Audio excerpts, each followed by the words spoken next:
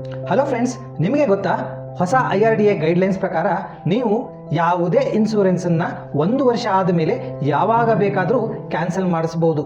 ಯಾವುದೇ insurance company ನೀವು 3 ವರ್ಷದವರೆಗೆ ಕ್ಯಾನ್ಸಲ್ ಮಾಡೋಕ್ಕಾಗಲ್ಲ, 5 ವರ್ಷದವರೆಗೆ ಕ್ಯಾನ್ಸಲ್ ಮಾಡೋಕ್ಕಾಗಲ್ಲ, ಈ ಥರ ಹೇಳೋ ಹಾಗಿಲ್ಲ. IRDA ಹೊಸ ಗೈಡ್ಲೈನ್ಸ್ ಪ್ರಕಾರ 1 ವರ್ಷ ಆದಮೇಲೆ ನೀವು ಯಾವುದೇ ಇನ್ಶೂರೆನ್ಸನ್ನು ನೀವು ಕ್ಯಾನ್ಸಲ್ ಮಾಡಬೇಕು.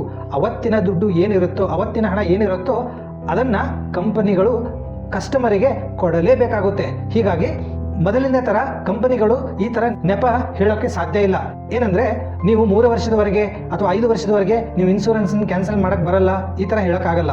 ಹೀಗಾಗಿ ನೀವು ಅಕಸ್ಮಾತಾಗಿ ಯಾವುದೇ ಕೆಟ್ಟದಾಗಿರೋ ಇನ್ಶೂರೆನ್ಸನ್ನು ಬೈ ಮಾಡಿದ್ದೇ ಆದಲ್ಲಿ 1 ವರ್ಷ ಆದಮೇಲೆ, ಉದಾಹರಣೆಗೆ 2024 ಜನವರಿ 1ಕ್ಕೆ ನೀವು ಇನ್ಶೂರೆನ್ಸ್ ಬೈ ಮಾಡಿದರೆ ಜನವರಿ 2, 2025ಕ್ಕೆ ನೀವು ಇನ್ಶೂರೆನ್ಸನ್ನು ಕ್ಯಾನ್ಸಲ್ ಮಾಡಿಸ್ಬೋದು. ಅಂದರೆ 1 ವರ್ಷ ಆದಮೇಲೆ ಯಾವಾಗ ಬೇಕಾದರೂ ನೀವು ಇನ್ಶೂರೆನ್ಸನ್ನು ಕ್ಯಾನ್ಸಲ್ ಮಾಡಿಸಿದಾಗ ಅವತ್ತಿನ ಹಣ ನಿಮಗೆ ಸಿಗುತ್ತೆ.